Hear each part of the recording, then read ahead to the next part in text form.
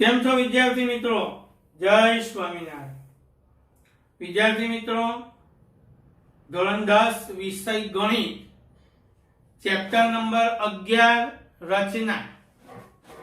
આ રચના ચેપ્ટર વિદ્યાર્થી મિત્રો ખરેખર ખૂબ જ સહેલું છે, પણ જો એને પદ્ધતિથી કરવામાં આવે તો. રાઈટ? તમે ધોરણ 8 માં શીખ્યા, 9 માં શીખ્યા, પણ એટલી હું ગેરંટી આપું છું, ધોરણ 10 માં તમે રચના શીખો તો તમે જ કહેશો કે આનાથી સહેલું બીજું કોઈ ચેપ્ટર નથી. ઓકે, એ મારી ગેરંટી છે. વિદ્યાર્થી મિત્રો, આપણે સંભાવના ચેપ્ટર પૂરું કર્યું અને હવે આપણે આ રચના ચેપ્ટર ચાલુ કર્યું છે અને ટૂંક જ સમયમાં, એટલે 2-4 દિવસની અંદર આપણા ગણિતના બીજા શિક્ષકો પણ ગણિતના બીજા ચેપ્ટરો ચાલુ કરી દેશે. મેં તમને પહેલા જ કીધેલું, ગણિતની 3 નોટ બનાવજો. રાઈટ? મારો વિષય, મારી જે ગણિતની નોટ છે એમાં એક સંભાવના ચેપ્ટર પૂરું થયું છે અને હવે ચાલુ છે રચના. આપણા ગણિતના 3 શિક્ષકો છે અને એનો સૌથી મોટો ફાયદો તમને શું થાય ખબર? સૌથી પહેલા ગણિત આપનું પૂરું થઈ જશે, કારણ કે બધા શિક્ષક એક એક ચેપ્ટર ચાલુ કરે. રાઈટ? હવે એક રાઉન્ડ પતે એટલે પાછા બીજા 3 ચાલુ થાય, એટલે એનો અર્થ થાય કે આપણું ગણિત સૌથી પહેલા પૂરું થઈ જશે, સૌથી સારામાં સારું રિવિઝન થશે. મારી ગેરંટી છે તમને લોકોને. એટલે ખાસ મિત્રો, આજે આપણે રચના ચાલુ કરીએ છીએ. સ્વાધ્યાય 11.1 માં પહેલી રચના આજથી આપણે જોઈએ. કોઈ ક્વેરી હોય તો તમે મને રૂબરૂ ફોન કરીને પૂછજો. 2 થી 3 વખત વિડીયો જોજો અને ખાસ કોઈ તકલીફ હોય તો મને મેસેજથી અથવા ફોનથી જણાવજો.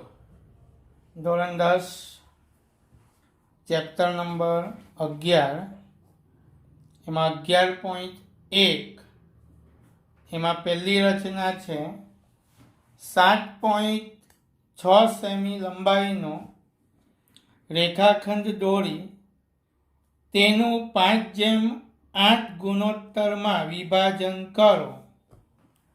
વિદ્યાર્થી મિત્રો, જ્યારે પણ રચના દોરવાની હોય તો સૌથી મહત્વનું છે કે તમને લોકોને એ રચનાની સમજણ ખૂબ જ જરૂરી છે. હવે સમજણ પણ ક્યારે આવે? કે જ્યારે તમે ધ્યાનથી ભણશો તો. રચના એક બોનસ ચેપ્ટર છે. રાઈટ? તમે 8મા ધોરણ, 9મા ધોરણમાં પણ રચના શીખી ગયા છે. 10મા ધોરણની રચના થોડીક એડવાન્સ છે અને બહુ મસ્ત છે, બેઠા માર્ક કવર કરે એવી છે. અને હું ગેરંટી આપીને કહું છું, આ રચના ચાલુ કરતા પહેલા હું ગેરંટી આપીને કહું છું કે તમને લોકોને આવડી જ જશે અને એવી આવડશે કે ઊંઘમાંથી બી ઉઠાડીને કોઈ તમને પૂછે તો તમે રચના પાવરફુલ જ દોરશો. રાઈટ? ખાલી ધ્યાનથી ભણજો. ઓકે? તો વિદ્યાર્થી મિત્રો, રચના કોઈ પણ પૂછાય તે ચાલુ કરીએ તે પહેલાં સૌથી પહેલાં પક્ષ લખવું પડે. મેં તમને કીધેલું, ધોરણ 10માં રચના 3 પ્રકારની છે.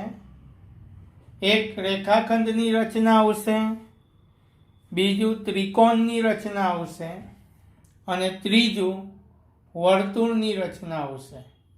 હાલ આપને કઈ રચના છે?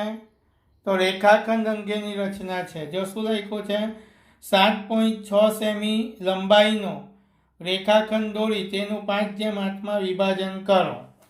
એટલે આ જે રચના છે તે રેખાખંડની રચના છે અને રેખાખંડની રચના હોય તો પક્ષમાં લખવાનું રેખાખંડ આપેલ છે. હવે રેખાખંડ કયો કીધું નથી, એટલે નામ આપની જાતે લખી દેવાનું કે રેખાખંડ AB આપેલ છે. જો ત્રિકોણની રચના હતે તો હું એવું લખતે કે ત્રિકોણ ABC આપેલ છે. વર્તુળની રચના હતે તો એવું લખતે કે ભાઈ 3 સેમી ત્રિજ્યા અને O કેન્દ્ર કે M કેન્દ્રવાળું વર્તુળ આપેલું છે. જો રેખાખંડની રચના હોય તો એવું લખવાનું કે રેખાખંડ આપેલ છે. ત્રિકોણની રચના હોય તો પક્ષમાં એવું લખવાનું કે ત્રિકોણ આપેલ છે. અને વર્તુળની રચના હોય તો પક્ષમાં લખવાનું વર્તુળ આપેલ છે. ઓકે, અહીંયા તમને રેખાખંડની રચના છે એટલે મેં પક્ષમાં લખ્યું કે રેખાખંડ આપેલ છે. નામ કયો રેખાખંડ, CD, BC એવું કંઈ કીધું નહીં હતું એટલે નામ આપની રીતે આપી દીધું, રેખાખંડ AB આપેલ છે. ઓકે વિદ્યાર્થીઓ, પક્ષ પછી સૌથી મહત્વનું બીજું વાક્ય આવે કૃત્ય. કૃત્ય એટલે શું કે તમે શું કરવા માંગો છો, તો કૃત્યમાં આપણે શું કામ કરવાનું છે આ રચનામાં. તો વિદ્યાર્થીઓ મિત્રો, મારું એવું ધારવું છે ને મારું સજેશન એવું છે અને હું એવું કરાવું છું કે કૃત્યમાં વિદ્યાર્થી મિત્રો શું કરવાનું ખબર, આખી જે રચના આપી હોય ને તે બેથી લખી જ દેવાની. તો કૃત્ય એટલે જે કરવાનું છે તે, અને રચનાની અંદર શું કરવાનું છે તે બધું આવી જ જાય. એટલે હું કૃત્યમાં લખી દઉં છું કે 7.6 સેમી લંબાઈનો રેખાખંડ દોરી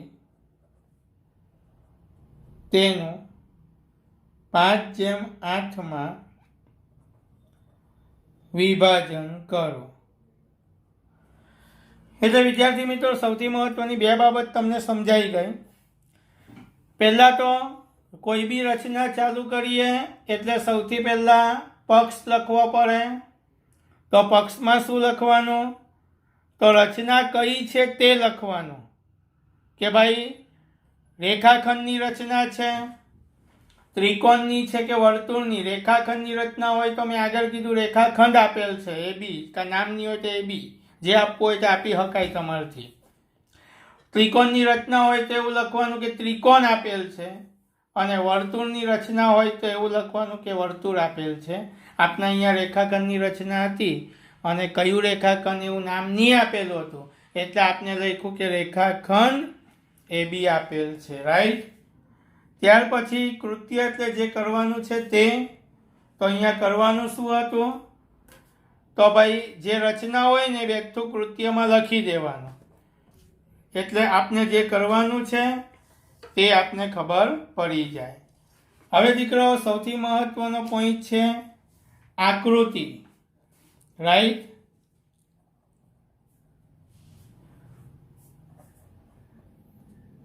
આકૃતિ બહુ જ મહત્વની બાબત છે. આકૃતિની અંદર સૌથી મહત્વની બાબત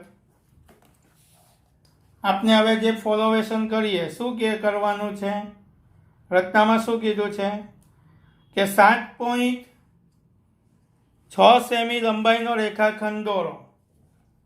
તો વિદ્યાર્થી મિત્રો, સ્કેલ મૂકી દેવાની એક, એમાં 7.6 સેમી માપ લઈને રેખાખંડ પાડો. પહેલાં જો અંદર છે ને માપ આપ્યો છે 7.6 સેમી લંબાઈનો રેખાખંડ દોરો. ઓકે, તો પહેલાં હું 7.6 સેમી, તો 7, 7.5 અને 6. ઓકે, તો સૌથી પહેલાં હું 7.6 સેમીનો રેખાખંડ દોરીશ. ઓકે, આપણે થોડો એને ડાર્ક કરી દેવાનો.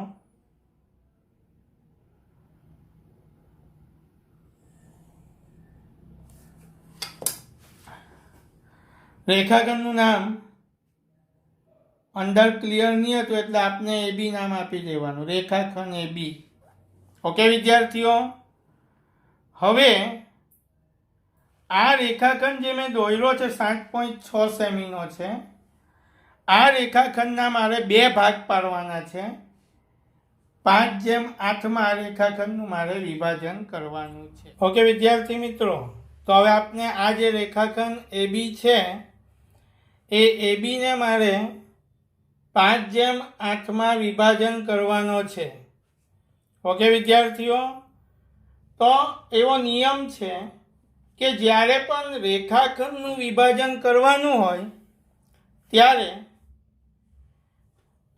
બંને બિંદુ પાસે રેખાખંડના બંને બિંદુ, અહીંયા બિંદુ એ અને બિંદુ બી પાસે લઘુકોણ બનાવવો પડે. લઘુકોણનો અર્થ થાય 90 કરતાં નાનો ખૂણો.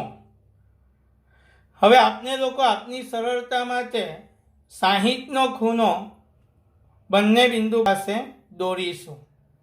90 કરતાં નાનો ખૂણો બનાવો એટલે લઘુકોણ કહેવાય. અને જ્યારે પણ રેખાખંડનું વિભાજન કરવાનું હોય તો રેખાખંડના બંને બિંદુ પાસે આપણે લઘુકોણ દોરવો પડે. લઘુકોણ એટલે 90 કરતાં નાનો ખૂણો. અને આપણે લોકો આપની સરળતા માટે અહીંયા આપણે 60નો ખૂણો ધ્યાનમાં લઈશું. તો આપણે શરૂઆત કરીએ. તો સૌથી પહેલાં આપણે 60નો ખૂણો દોરવા માટે બિંદુ એને એટલે બિંદુ કેન્દ્રમાં બિંદુ એ લઈને અનુકૂળ ત્રિજ્યા વધે. બિંદુ એને કેન્દ્રમાં લઈને અનુકૂળ ત્રિજ્યા વધે એટલે કોઈ બી માપનું એક નીચેની તરફ અર્ધવર્તુળ ચાપ મારીશું. ઓકે. અને એ જ માપ વધે બિંદુ બીને કેન્દ્રમાં લઈને ઉપરની તરફ એક અર્ધવર્તુળ ચાપ મારીશું.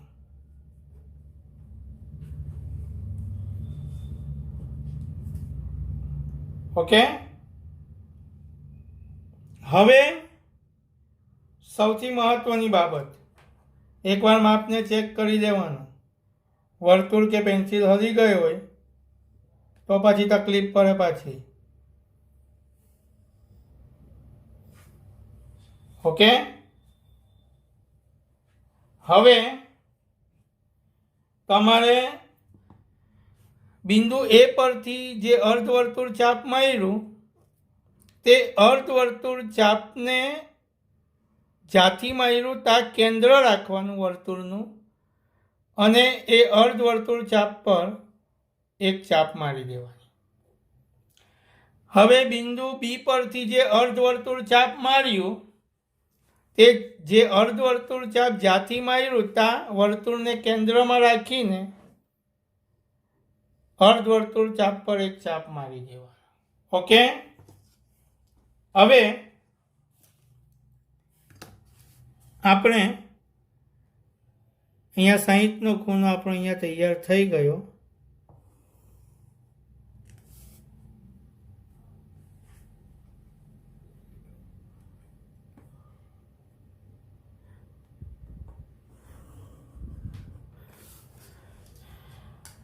હવે આપણે એનું નામ આપી દઈશું કિરણ AX અને બીજું નામ આપી દઈએ કિરણ BY. ઓકે વિદ્યાર્થીઓ, પહેલું નામ આપી દીધું કિરણ AX અને બીજું નામ આપી દીધું કિરણ BY.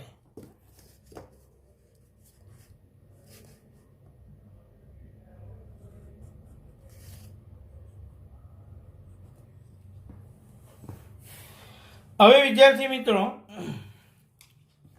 આપને લોકોને શું કીધું કે રેખાખંડનું 5:8 વિભાજન કરવાનું છે. ઓકે.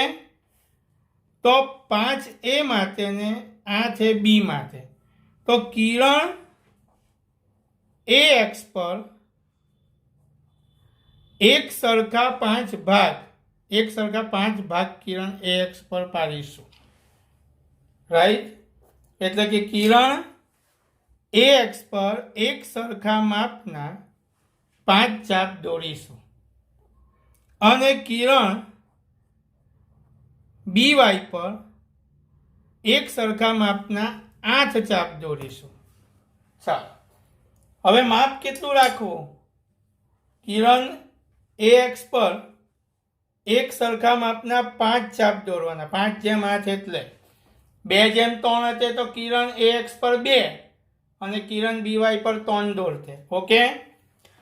હવે આપણે માપ કેટલું રાખવું તે મહત્વનું. તો માપ વિદ્યાર્થી મિત્રો તમે 1.5 સેમી, 1.25 સેમી, 1/2 સેમી રાખી શકો, પણ આપની સરળતા માટે આપને લોકો એક એક સેમીના માપ રાખીશું. ઓકે, તો પહેલાં શું કરવાનું, 1 સેમી માપ લઈ લેવું પડશે આપણે.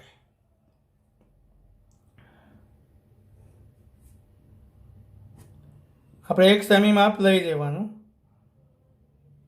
હવે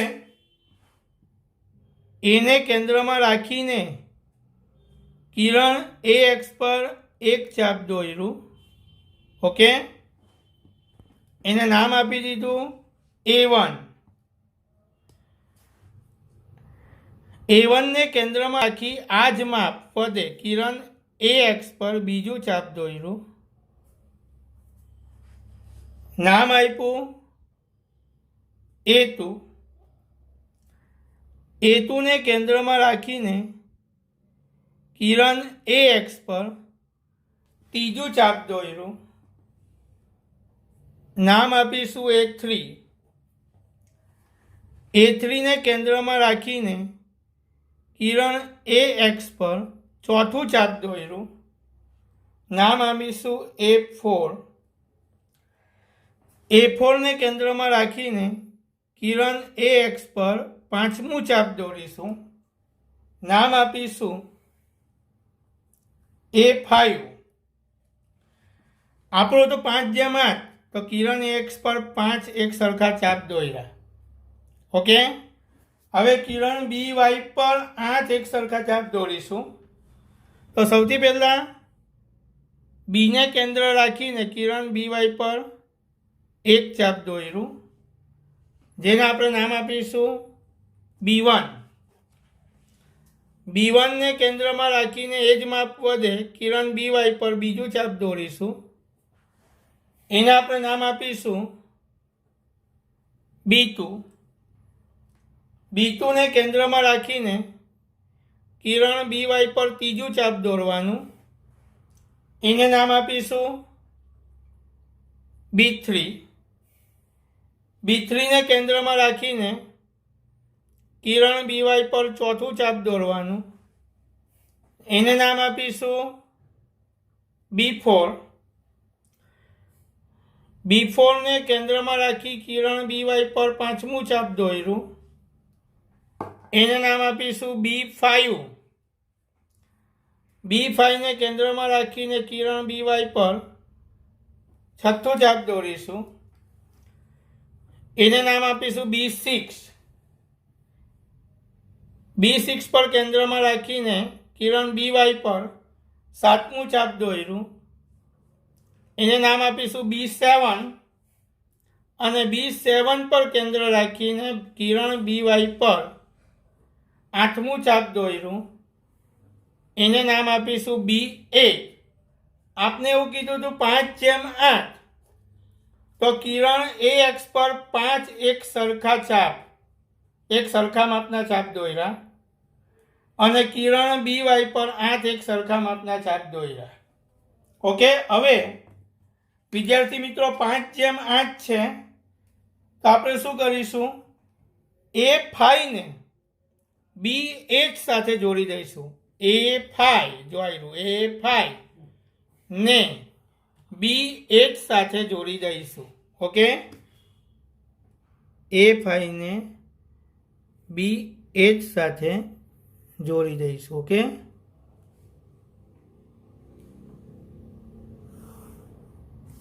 ઓકે, અને A5 ને B8 સાથે જોડતા રેખાખંડ AB ને જ્યાં છેદું ત્યાં C નામ આપી દઈશું. આમ વિદ્યાર્થી મિત્રો, રેખાખંડ AB ના બે ભાગ પડી ગયા. પહેલો ભાગ AC જેમ બીજો ભાગ CB 5 જેમ 8 થઈ. ઓકે વિદ્યાર્થી મિત્રો, આની બીજી આકૃતિ પણ પડે છે. રચના 1 માં બીજા પ્રકારની બી આકૃતિ છે રેખાખંડના ભાગ પાડવાની, જે હું તમને નેક્સ્ટ લેક્ચરમાં શીખવાડીશ. ઓકે, નેક્સ્ટ લેક્ચરમાં એટલે પહેલાં હું આ પ્રકારની આકૃતિ પરફેક્ટ તમને શીખવાડી દેવા 2-3 રચનામાં. પછી બીજા પ્રકારની આકૃતિ પણ સમજાવીશ. તમને બેમાંથી જે ફાવે તે તમે બોર્ડમાં ઉપયોગ કરી શકો છો, કારણ કે બંને બોર્ડમાં માન્ય છે.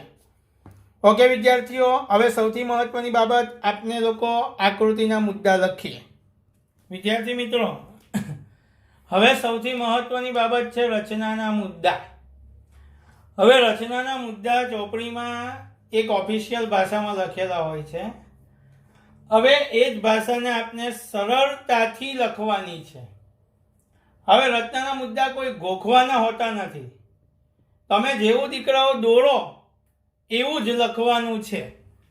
જેવું દોરો એવું લખવાનું. તમારે શું કરવાનું, એકવાર મારી સાથે આકૃતિ પાડવાની, પછી તમારે એક્સ્ટ્રા એક વખત આકૃતિ પાડવાની છે. અને જ્યારે તમે મુદ્દા લખો છો ત્યારે રફમાં આકૃતિ પાડવાની. જો હું આકૃતિ પરથી તમને મુદ્દા લખતા શીખવાડીશ. જેવું દોરો એવું લખો. ચાલો, સૌથી પહેલાં આપણે શું કરેલું, અહીંયા જોજો, 7.6 સેમીનો રેખાખંડ પાડ્યો અને નામ શું આપેલું, AB. તો હું રચનાનો પહેલો મુદ્દો લખીશ, 7.6 સેમીનો રેખાખંડ AB દોરો. જેવું દોરો એવું લખો. આપણે નામ આપેલું AB. ઓકે વિદ્યાર્થીઓ, હવે આપણે શું કરેલું, હું તમને મુદ્દા પ્રેક્ટિકલ શીખવાડું છું. ગોખવાની જરૂર નથી. આપણે મુદ્દાને જે રીતે આકૃતિ તમારે સમજીને જો તમે કરી હોય તો મુદ્દા લખતા પરફેક્ટ આવડે. તો આપણે 7.6 સેમીનો રેખાખંડ AB દોર્યો. હવે આપણે શું કરેલું યાદ છે બીજાને, બિંદુ A અને બિંદુ B પાસે લઘુકોણ દોર્યો. રાઈટ.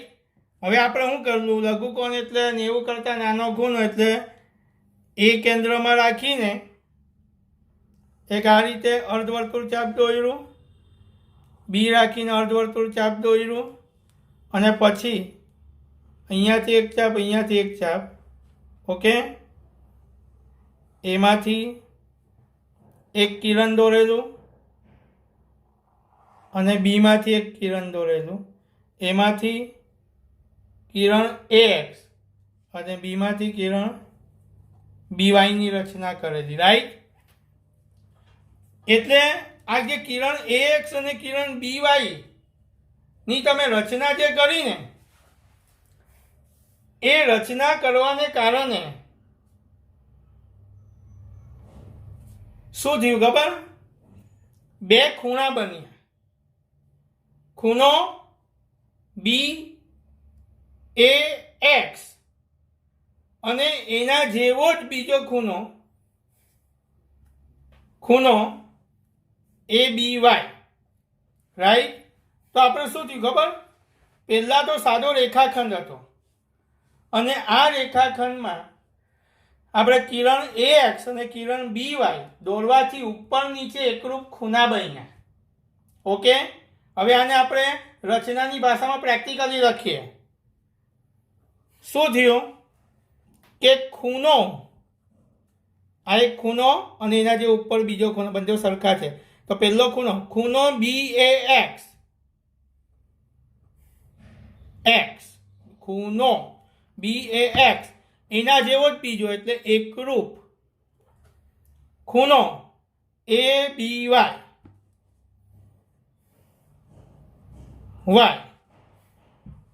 થાય. તે રીતે કિરણ AX અને કિરણ BYની રચના કરો.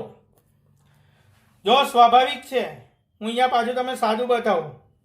પહેલા તો દીકરાઓ ખાલી જો આવો રેખાખંડ જ હતો AB. ઓકે, પહેલા તો ખાલી રેખાખંડ હતો. આપણે કિરણ AX અને કિરણ BY દોર્યો ને, એટલે ઉપર નીચે બે ખૂણા બન્યા. રાઈટ. અને બંને ખૂણા પાછા કેવા છે, એકરૂપ. એટલે મેં લખ્યું કે ખૂણો BAX એકરૂપ, એટલે એના જેવો જ બીજો ખૂણો ABY થાય. આ કોને કારણે થયા? તો રેખાખંડ પર કિરણ દોર્યા એટલે થયા. હવે આ રેખાખંડ પર કિરણ નહીં દોરતે તો આ ખૂણા બનવાના જ નથી. તો ખૂણો BAX એકરૂપ ખૂણો ABY થાય તે રીતે આપણે કયું કિરણ દોર્યું? કિરણ AX અને કિરણ BY ની રચના કરી. ઓકે, હવે આપણે ત્રીજું શું કરેલું ખબર? કે આપણે રેખાખંડનું 5:8 વિભાજન કરવાનું છે. તો 5 એક સરખા ચાપ, એક સરખા માપના ચાપ કિરણ AX પર દોર્યા અને 8 એક સરખા માપના ચાપ કિરણ BY પર દોર્યા. માપ આપણે જે લેવું હોય તે, પણ આપણે અનુકૂળ માપ લીધું. તો શું કર્યું? અનુકૂળ ત્રિજ્યા વધે એને કેન્દ્રમાં રાખીને કિરણ AX પર એક ચાપ દોર્યું, નામ આપ્યું A1. A1 ને કેન્દ્રમાં રાખીને બીજું ચાપ દોર્યું, નામ આપ્યું A2. A2 ને કેન્દ્રમાં રાખીને ત્રીજું ચાપ દોર્યું કિરણ AX પર, નામ આપ્યું A3. A3 ને કેન્દ્રમાં રાખીને ચોથું ચાપ દોર્યું કિરણ AX પર, નામ આપ્યું A4. A4 ને કેન્દ્રમાં રાખીને કિરણ AX પર પાંચમું ચાપ દોર્યું અને નામ આપ્યું A5. ઓકે, તો હવે આને આપણે મુદ્દામાં લખવાનું છે. તો A1, A1, A2, A2, A3, A3, A4, A4, A5 આ બધા વચ્ચેનું માપ સરખું જ 1 સેમી. તો હું લખું ખબર? A1 એ કોના જેટલું માપ છે? A1, A2. A1 is equal to A1, A2 is equal to A2, A3 is equal to A3, A4 is equal to A4, A5. એટલે A1 નું જેટલું માપ છે એટલું જ A1, A2 નું છે, એટલું જ A2, A3 નું છે, એટલું જ A3, A4, એટલું જ A4, A5 નું છે. થાય તે રીતે કિરણ AX પર A1, A2, A3, A4 અને A5 ની રચના કરો. ઓકે, હવે આપણે શું કરેલું? હવે આ તમને પોઈન્ટ આવડી ગયો બી વાળો. શું કરેલું? બી ને કેન્દ્રમાં રાખીને કિરણ BY પર 8 એક સરખા ચાપ માર્યા. B1, B2, B3, B4, B5, B6, B7, B8. એટલે આપણે શું કર્યું? B1 is equal to B1, B2 is equal to B2, B3 is equal to B3, B4 is equal to B4, B5 is equal to B5, B6 is equal to B6, B7 is equal to B7, B8 થાય તે રીતે કિરણ BY પર આ બધા સરખા થયા તે રીતે કિરણ BY પર B1, B2, B3, B4, B5, B6, B7 અને B8 ની રચના કરો. ઓકે વિદ્યાર્થીઓ, હવે આપણે શું કરેલું ખબર?